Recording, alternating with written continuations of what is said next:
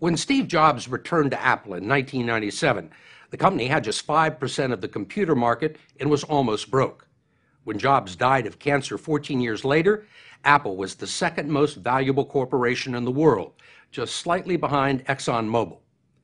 In his new biography of Jobs, Walter Isaacson writes that he revolutionized or reimagined 7 industries: personal computers, animated movies, music, telephones, tablet computing, digital publishing, and retail stores. He did it, Isaacson says, by standing at the crossroads of science and the humanities, connecting creativity with technology and combining leaps of imagination with feats of engineering to produce new devices that consumers hadn't even thought of. The story will continue in a moment. Thank you for coming. We're going to make some history together today. If you had to pick a day where it all came together, January 9, 2007 is not a bad one.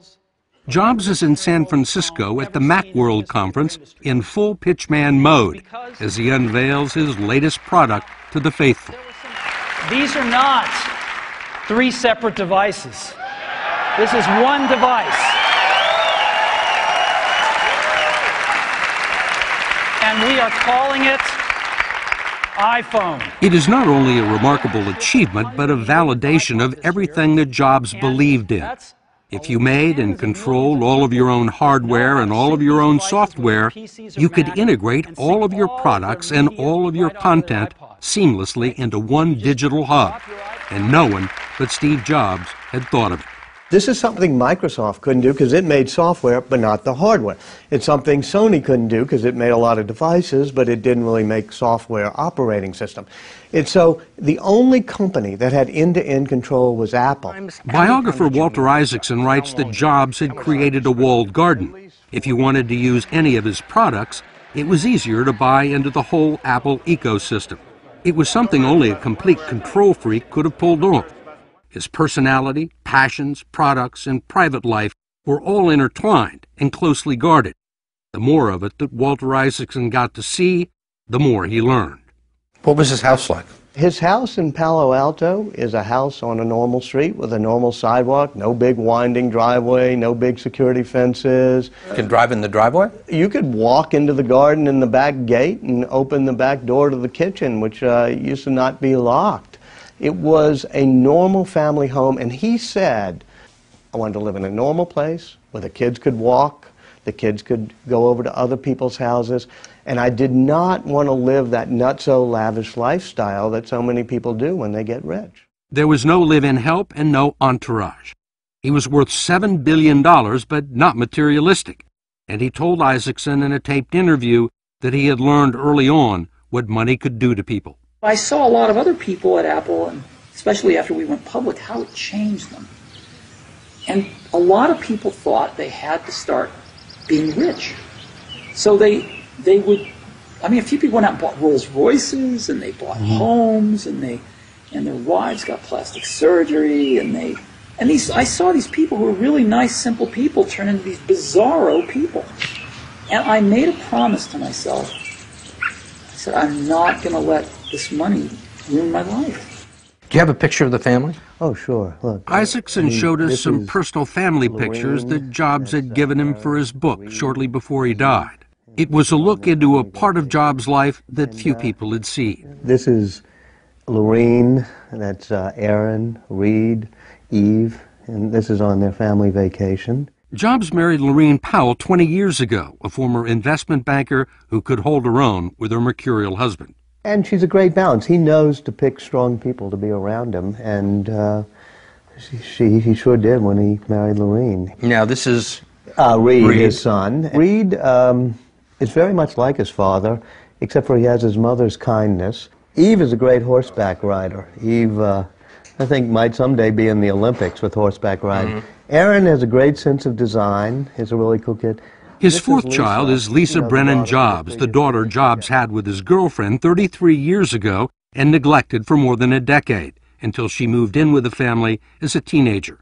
Isaacson said their reconciliation was important to Jobs because his own birth parents had abandoned him. He felt there was a hole He felt something was missing. In 1986, he began searching for his biological mother and found Joanne Scheibel Simpson living in Los Angeles. Did she know that her son, the son that she gave up, was Steve Jobs? No, but she says to him, there's one thing I have to tell you. You have a sister. And the sister I raised, we did not put up for adoption. And I must tell her, because I've never told this. And the sister turns out to be Mona Simpson, the novelist. And Mona Simpson and Steve Jobs totally bond, separated at birth, as they say. And then they go on a quest, a journey, to find the birth father. Especially Mona wants to find what she calls the lost father. Eventually, they locate Abdul Fattah John Jandali, a Syrian-American with a Ph.D. in political science who is managing a restaurant in Sacramento.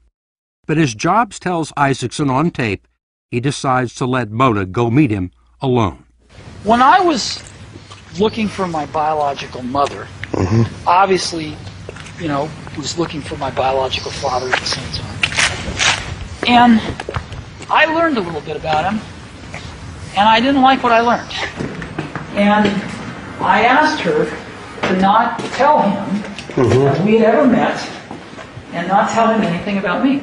So Mona goes to the coffee shop, meets this guy, Mr. Jandali, who's running it, who says, among other things, when she asks, you know, how sorry he is, but then he says that he had had another child, and Mona said, what happened to him?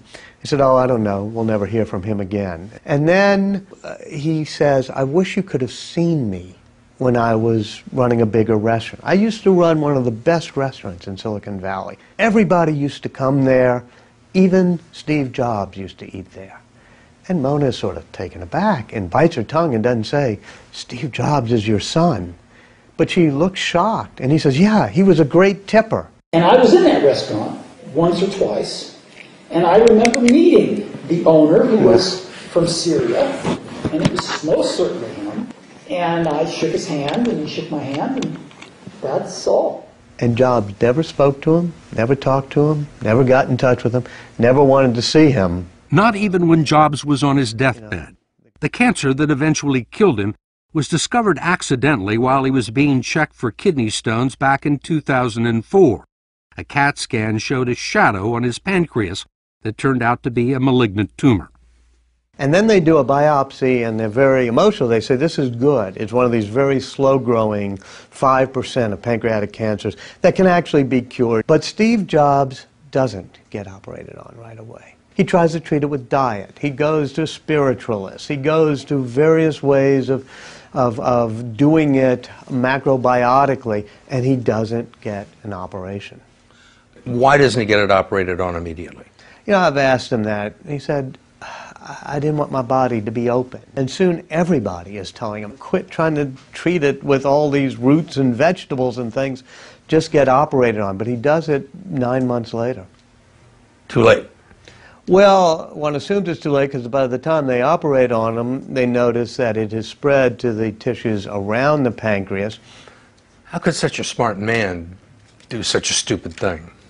Yeah, I think that he kind of felt that if you ignore something, if you don't want something to exist, you can have magical thinking. And it had worked for him in the past. He regretted, you know, some of the decisions he made.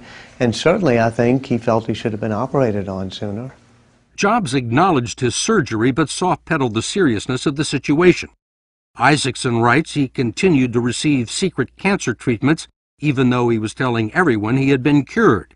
And that is what people believed until 2008. In 2008, he unveiled the iPhone 3, but that wasn't the main story. All of a sudden, people are gasping because he's lost so much weight, he looks so frail. And suddenly, people are realizing that he's very sick again. He denies it publicly. He puts out things that there's a hormone imbalance, which has a tiny kernel of truth to it because his liver was secreting the wrong hormones, but it wasn't just a hormonal imbalance, it's because the cancer had gone to his liver. And he's trying to deny it to himself and to the public, and this is a problem, of course. It's a legal problem. Well, it's a publicly traded company, and you have a great tension between two principles. One of which is you can't withhold material information from shareholders. The other is there's a certain privacy rights of the CEO. Jobs finally took a medical leave of absence and in March of 2009 received a secret liver transplant in Memphis that wasn't publicly acknowledged until 3 months later. The doctors who did the operation could tell that the cancer had spread. But Jobs returned to work to unveil the iPad and continued working right up until the end. What were those last 2.5 years of his life like? He talked a lot to me about what happened when he got sick and how it focused him. He said he no longer wanted to go out, no longer wanted to travel the world. He would focus on the products. He knew the couple of things he wanted to do, which was the iPhone and then the iPad. He had a few other visions. I think he would have loved to have conquered television. He would love to make an easy-to-use television set. So he had those things, but he started focusing on his family again as well. And it was a painful, brutal struggle. And he would talk often to me about the pain.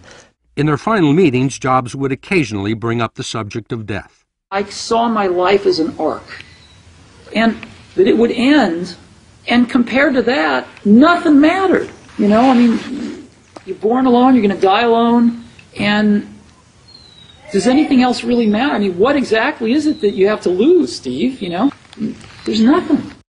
He survived nearly 8 years with his cancer, and in the final meeting with Isaacson in mid-August, still held out hope that there might be one new drug that could save him. He asked me at one point, he said, there could be things in this book I don't like, right? And I kind of smiled and said, yep, you know, there'll be probably things you don't like. He said, that's fine, that's fine. I won't read it when it comes out. I'll read it 6 months or a year from now. Did you have any discussions with him that day or at any other time about an afterlife? I remember sitting in his backyard in his garden one day, and he started talking about God. He said, sometimes I believe in God, sometimes I don't. I think it's 50-50 maybe. But ever since I've had cancer, I've been thinking about it more, and I find myself believing a bit more. Maybe it's because I want to believe in an afterlife, that when you die, it doesn't just all disappear. The wisdom you've accumulated, somehow it lives on. Then he paused for a second and he said, yeah, but sometimes I think it's just like an on-off switch. Click, and you're gone. He said, and paused again, he said, and that's why I don't like putting on-off switches on Apple devices.